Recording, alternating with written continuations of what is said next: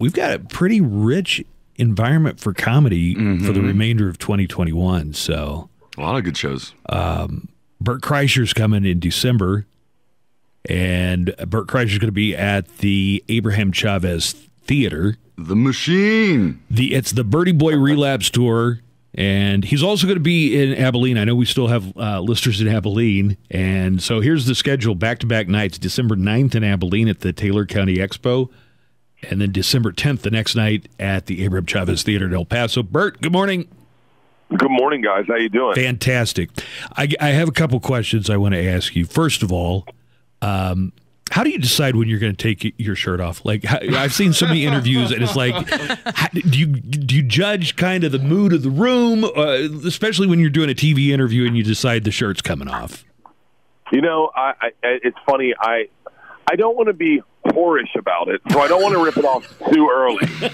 I want to build. I want them to want it. You know what I mean? Yeah. And I've never been in that position sexually. I've always been ready to take it off. But it's funny. At one time, I was in Ireland, and I forgot to put it on before I went on stage.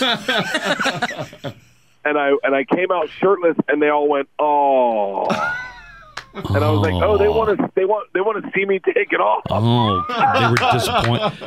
And was that going out on stage for a performance, or was that like for an interview or something? No. That was for going out on stage, and I was like, if the stripper comes out naked, you're like, the part of the fun is seeing you take it off. Well, I think that goes without saying. I mean, why else would they dress up like schoolgirls and stuff? I got a lap dance one time, and I walked into a strip club. We were on tour, and this stripper had just gotten off work. It was snowing outside, so she had her snow gear on, and she was like, "Oh, I wish I knew you were coming. I would love to have given you a lap dance." But I was like, "Actually, that's the lap dance I want. I want to see you take off all your clothes, snow boots, socks." And what's hilarious is she goes, "Okay, I'll do it." And we started it, and by the time she got to her bra and panties, she was like, "I can't do this." She's like, "My bra and panties don't match. Oh my gosh, I feel so fat." And I was like, "This is what a real woman's like." That's a real lap dance. Do you still patronize strip clubs on a regular basis? No, every now and then. I grew up in Florida, so I'm a little broken with that. Yeah, so. Right. Yeah, I haven't been since COVID. Right. I don't think that I have been. Have I?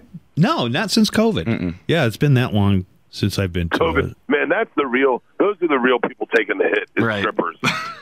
Well, I know the guy that owns one of the strip clubs, and they didn't get any PPE, like any of that stuff to help businesses. They didn't get any of it because they're like a sexually prurient-oriented business, so they didn't get any help at all.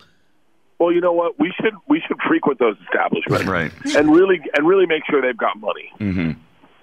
I went to a strip club one time, and I said to the girl, I was like, this was recently. This was the same strip club, by the way. And I said, "What are the rules here?" And the girl's like, "Oh, you're famous. You can do whatever you want." And I was like, "What?" She was like, "Oh, yeah. The boss said you're famous. There's no rules for you." Oh, my God. Do you know what I did? I FaceTimed my wife. I was like, I know you're not allowed to FaceTime during a lap dance, but I'm FaceTiming my wife. I used to think when I just got into radio, I used to think being like the DJ at a strip club would be an awesome job. It's kind of like the same skill set, but you know, you're surrounded by naked girls all the time, and they've got to go and tell you what song to play. I don't know. It just seemed like it would be a sweet job. I remember the first time I went into a strip club. I was 17 years old, and in Tampa, and we walked in, and the woman checking IDs was naked, and I was like, "Win-win! I've already won. Like this is." I just saw nudity. I remember being like, "Oh my God!" All I thought was, "Do you realize how hard I have to work to see what you're showing me for free?" Yeah, for free. Yeah, before you even pay your money, front door. It's great. Dude, I went to a dolphin encounter with my daughters and my wife in Hawaii, and I told my wife, I go, "This is exactly like a strip club." She's like, "I don't get it." I go, "Everyone's super excited. The manager sees us. He's like, ladies, we've got customers. The dolphins come out from the back, and everyone's saying the same thing. Can we touch them? And he's like, yeah. But don't put your fingers in their holes. Dude, I got nothing but strip club jokes. That's awesome. I was with Tom Segura as my buddy, and when we were at a soccer match in Austin, and I go, this is a lot like a strip club. He's like, what do you mean? I go, you can't use your hands, no one scores, and it's better when they don't speak English.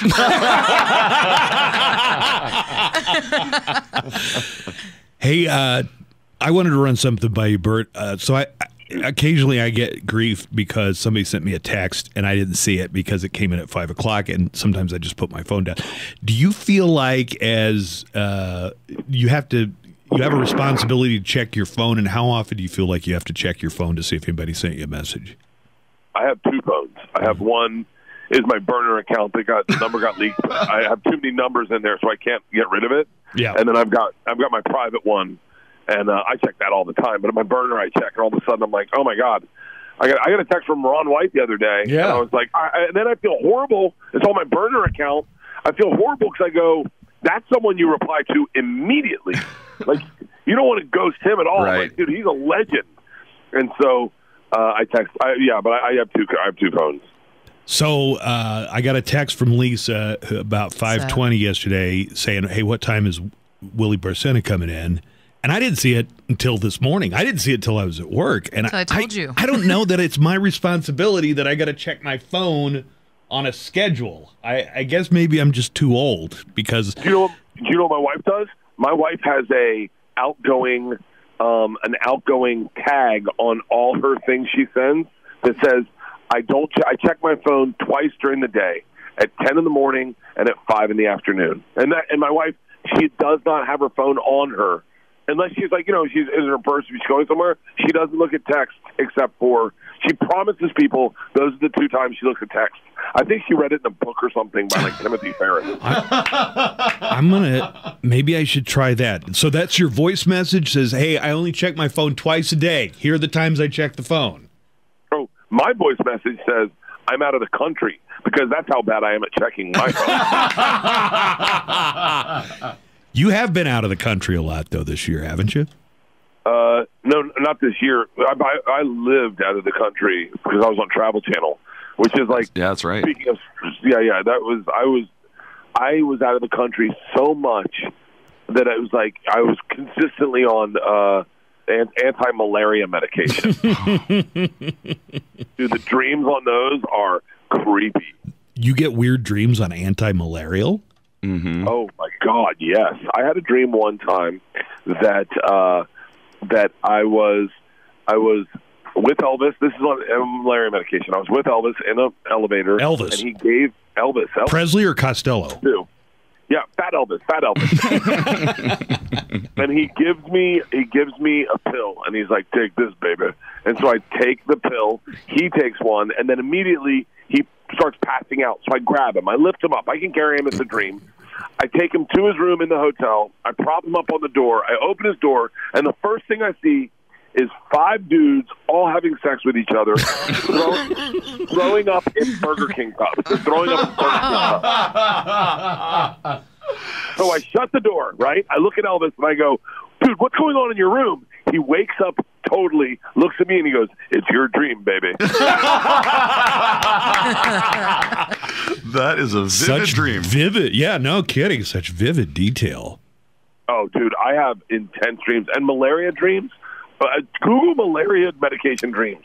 It makes you sleepwalk, you talk. Mm-hmm. I had dreams where I'd wake up crying, and I'd wake up laughing hysterically. It was insane.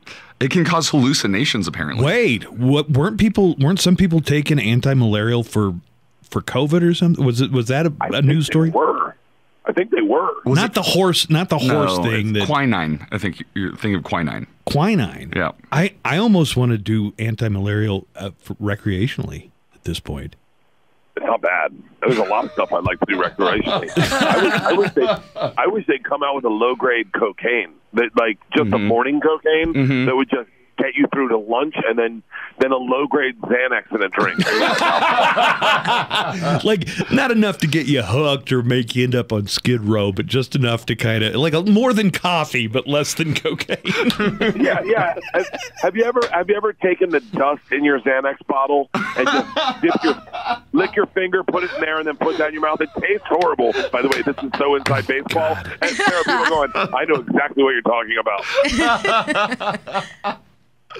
That's hilarious. What does Xanax do? I thought Xanax chilled you out. Bro, Xanax is like a game reset button. It is awesome. I'm telling you, man. If I was going to get addicted to a drug, the problem is getting off Xanax, and I can say this wholeheartedly because there was a period of time where I didn't realize there was a rebound to it. But getting off Xanax is like you got to go to a doctor and get off Xanax. Was it hard to sleep after that? It was a nightmare because you get used to a pill to put you to sleep. It's almost more Pavlovian than anything. It's like getting off coffee when you wake up and you're like, you know, you get excited for your coffee and you're like, oh, this will kick my day off. God, when you say it's Pavlovian, that's like my Lunesta. I know some people take Ambien, I take Lunesta, but I don't feel like I'm hooked on it, but I do feel it's definitely part of my routine. You know what I mean? Yeah, that's like wine for me. Mm-hmm. If I don't have a glass of wine at the end of the day, I feel like how am I going to get through this night? Like, what am I going to just put my head on a bed like a settler, like a Mormon, just stare at the stars and go, well, today was a good day. Time to close my eyes. Bert, is there any mind-altering substance that you haven't tried that you're curious about that you would like to try?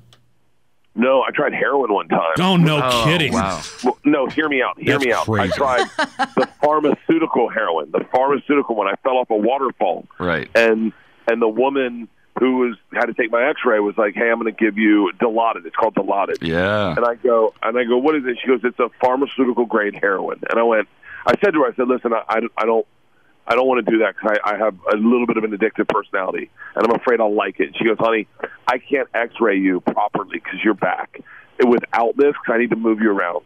So I was like, "Okay." I go, "If I'm taking heroin for the first time, I'm writing a song." So I hit. She gave it to me in my drip. I hit record on my phone, and as it hit, I just started going, "Oh my God! Oh my God!" Wait a second. So the stuff that they give you, like has the same effect as somebody who shoots it up? Yes. Who shoots up? It's identical. It's called Dilaudid. Dilaudid, morphine. They're all opiates. Yeah. Yeah. Oh, by the way, I don't feel them too much, except I got surgery on my elbow because I hurt my elbow doing my movie. I was doing my own stunts, and I was like, and Segura had gotten through surgery, and he's like, when you get in, ask for your cocktail right away.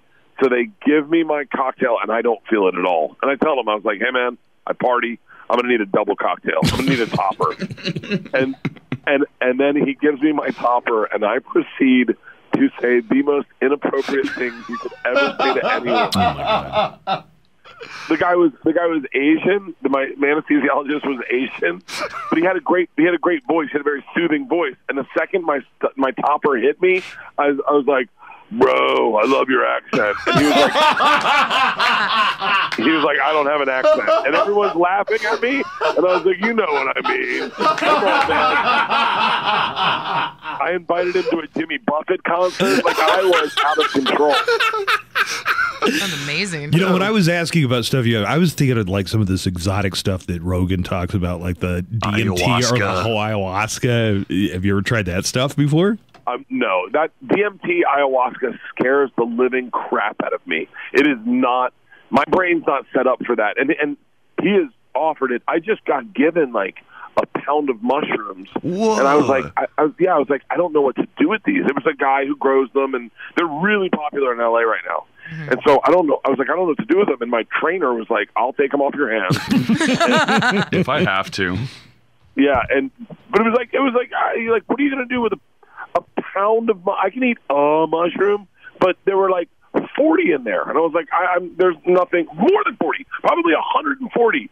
And I was like, I was giving them to anyone that came to my house. I was like, do you want mushrooms? Party favor. Just like, can I get you some coffee? Mushrooms?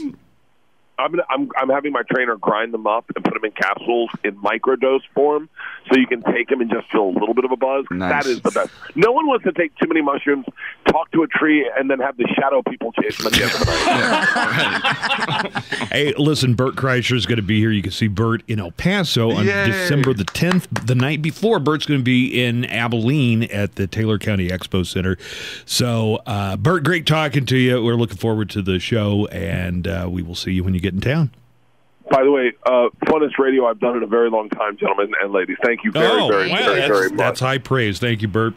Take care. you. Have a great one. All right, Bert Kreischer, everybody, said it's the funnest radio, and he does the radio with all the with Bill Burr and Segura and Rogan and all those guys. Big compliment right there. I wonder if he's including them when he says best. Like, is he including the podcast? You're the best terrestrial, Because he was guys. on. Yeah, you're the best, like regular old fashioned radio.